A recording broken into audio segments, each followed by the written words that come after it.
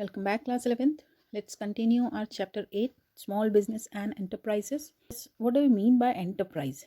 Okay, enterprise is that particular organization which is created by entrepreneur. Okay, and the enterprise is a business organization or a startup which provides goods and services. It creates employment and it contributes to national income. So it is the fourth factor of production along with land, labor and capital. If you remember, you have learnt in class 9 economics chapter 1 a story of Palampur village. Palampur village में ये 4 factors discuss किए गए थे. Okay, land, labor, physical capital and human capital. Okay, so this is what the human capital means. Human capital means the entrepreneur who takes the risk to start an organization, to start a startup, okay, which contributes to national income also. So it is the fourth factor of production. So entrepreneurship is the set of all the activities which are performed by an entrepreneur to translate a business ideas into desired monetary results. Here one thing very important, children, that जब एक नया business start करता है entrepreneur, ठीक है, अब start कर दिया, ठीक है, जब स्टार्ट किया तब वो उसका जो एक्टिविटीज़ है वो इतनी ज़्यादा रेगुलर नहीं होगी और उसका प्रॉफिट जो है वो स्टार्ट करते ही प्रॉफिट अर्न करना शुरू नहीं करता, ठीक है, वो आफ्टर 1 ईयर और आफ्टर 2 ईयर्स मान लेते हैं कि उसको बिजनेस को अर्न करने में ऑलमोस्ट 2 ईयर्स उसको लग जाते हैं, ठीक है, हर एक बिजनेस में ये टाइम पीरियड डिफरेंट होता है, ठीक है, बट जब स्टार्टिंग से लेकर प्रॉफिट अर्न करने तक और एक रूटीन और रेगुलर प्रॉफिट, ठीक है, प्रॉफिट एक बार अर्न कर लिया वो नहीं, रेगुलर प्रॉफिट अर्न करने तक, ठीक है, वो जो प्रोसेस है वो एंटरप्रेन्योरशिप होती है.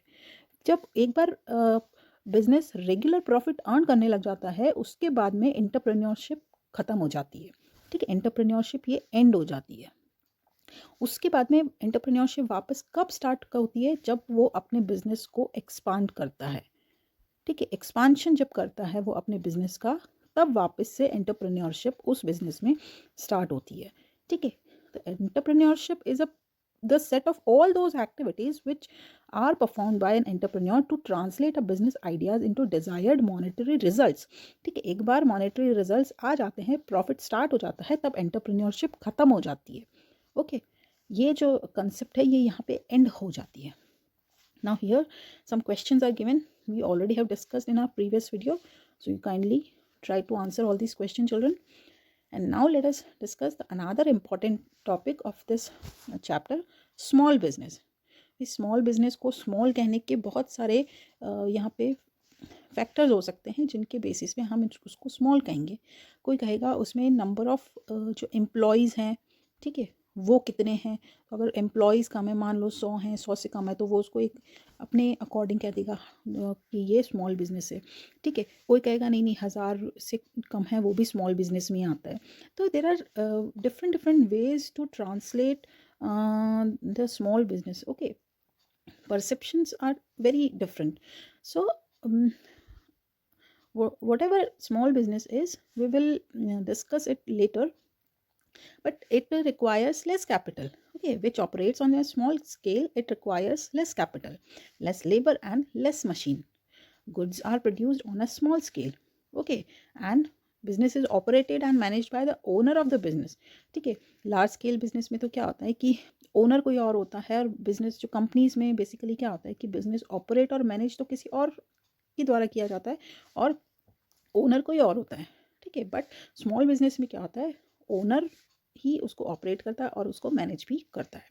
In India the village and small industry sector consist of both traditional handlooms, handicrafts, khadi and village industries. Basically in India, ministry of micro and small medium, okay, एक तो MSME सेक्टर और एक जो है ये agro and rural, ministry of agro and rural industries, okay, ministry of agro and rural industries and ministry of micro small and medium enterprises. Okay, तो ये दो जो मिनिस्ट्री हैं, ये दो मिनिस्ट्री गवर्नमेंट ऑफ इंडिया के अंडर जो हैं, ये दो मिनिस्ट्रीज़ हैं, ठीक है, MSME मिनिस्ट्री और ministry of agro and rural industries. Okay, तो ये जो MSME इंडस्ट्रीज़ के अंडर तो सारे जितने भी मॉडर्न स्मॉल इंडस्ट्रीज आती हैं, ठीक है, स्मॉल स्केल इंडस्ट्रीज और पावर लूम्स आती हैं। और जो ये जो ट्रेडिशनल हैंडलूम हुआ, हैंडीक्राफ्ट हुआ, खादी हुआ, ठीक है, विलेज इंडस्ट्रीज हुआ, ये यहाँ पे एग्रो एंड रूरल इंडस्ट्रीज के अंडर में ये आती हैं। अकॉर्डिंग टू MSMED एक्ट, ठीक है, ये जो डेफिनेशन MSMED एक्ट की ये बाद में बनी।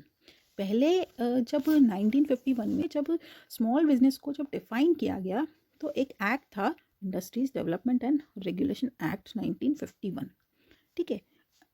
तो ये इस एक्ट के अंडर में जो डेफिनेशन दी गई थी स्मॉल बिजनेस की कि any business which employees not more then 50 persons, ठीक है, व्हेन यूजिंग पावर,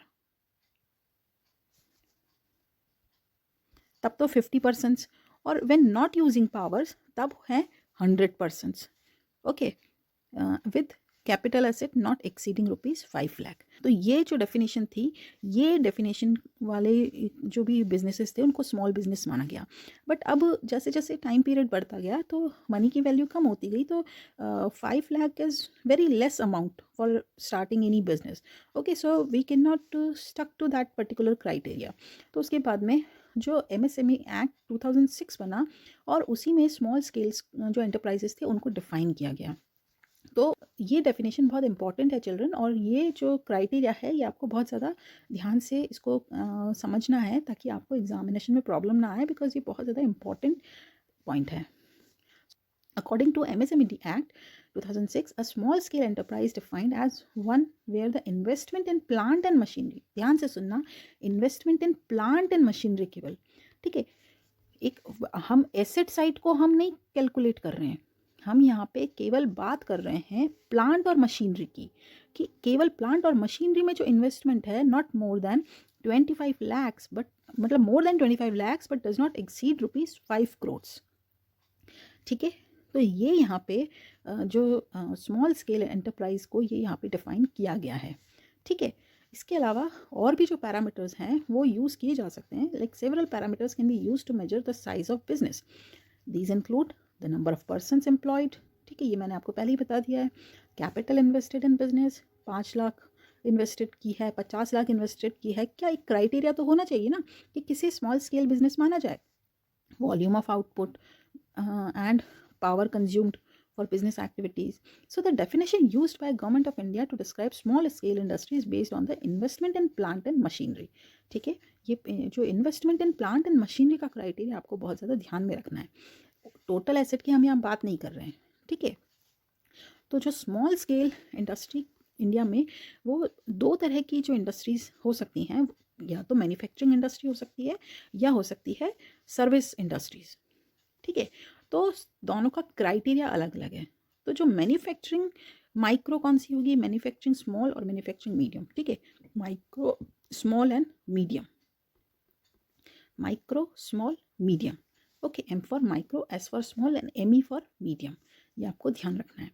तो जो मैन्युफैक्चरिंग माइक्रो एंटरप्राइजेज है उसमें जो इन्वेस्टमेंट, इसमें प्लांट एंड मशीनरी में इन्वेस्टमेंट वो किससे ज़्यादा नहीं होना चाहिए, 25 लाख से ज़्यादा नहीं होना चाहिए, ठीक है। अगर स्मॉल एंटरप्राइज है, ठीक है, तो वो 25 लाख से ज़्यादा लेकिन 5 करोड़ से कम, और अगर मीडियम एंटरप्राइज है तो वो 5 करोड़ से ज़्यादा बट 10 करोड़ से वो कम होना चाहिए, तो वो मीडियम एंटरप्राइज माना जाएगा, ठीक है, ना बड़ा ना छोटा।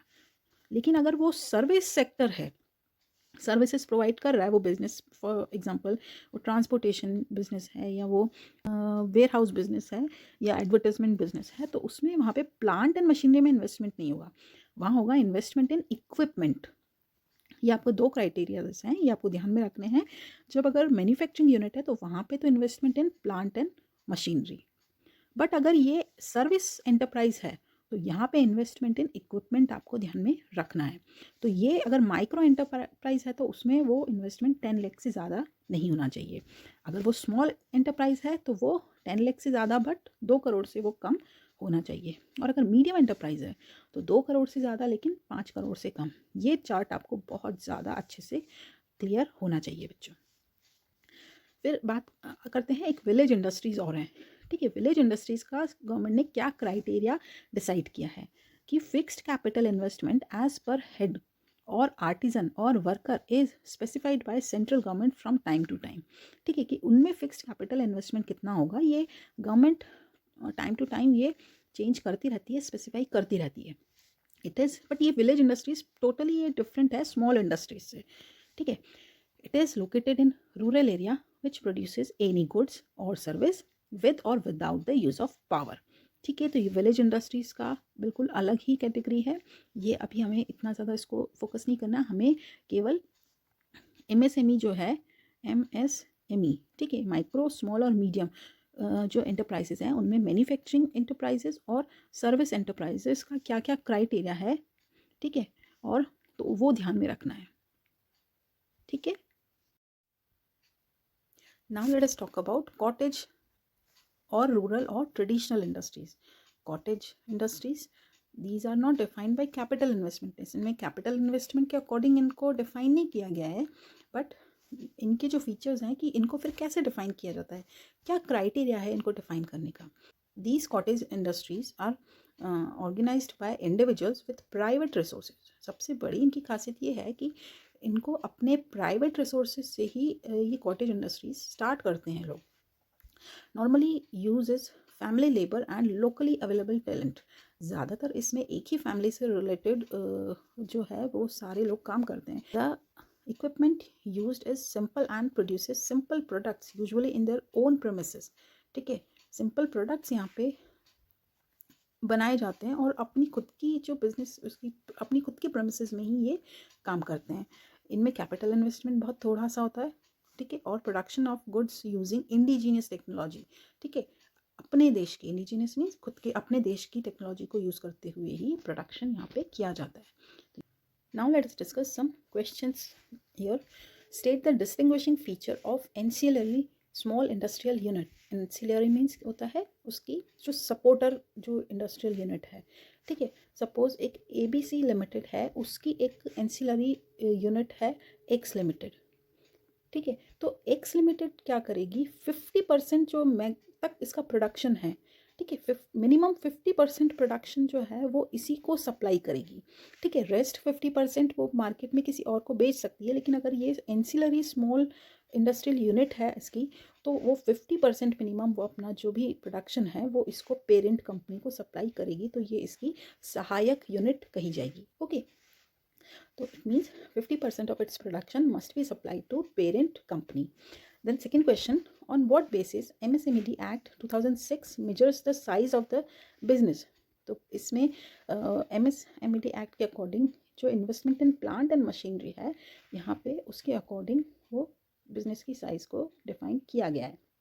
ठीक है, अगर वो मैन्युफैक्चरिंग इंडस्ट्री है तो, और अगर वो सर्विस इंडस्ट्री है तो investment in equipments. Both the things you can specify here. Then third question is, Harish has invested rupees 15 lakh in plant and machinery to manufacture plastic toys. According to MSMED Act, in which category does his enterprise falls? 25 lakh तक अगर manufacturing unit है तो वो आएगी micro unit में। Okay, micro manufacturing unit में, तो ये यहाँ पे ये जो इसका एंटरप्राइज आएगा वो माइक्रो मैन्युफैक्चरिंग एंटरप्राइज में आएगा। Okay, now the role of small scale industries in socio economic development of India. और एक और यहाँ पे बच रहा है कि role of small scale industries in rural India. Okay, तो दोनों टॉपिक्स जो ये हैं ये हम नेक्स्ट वीडियो में डिस्कस करेंगे। Till then, good bye, God bless you.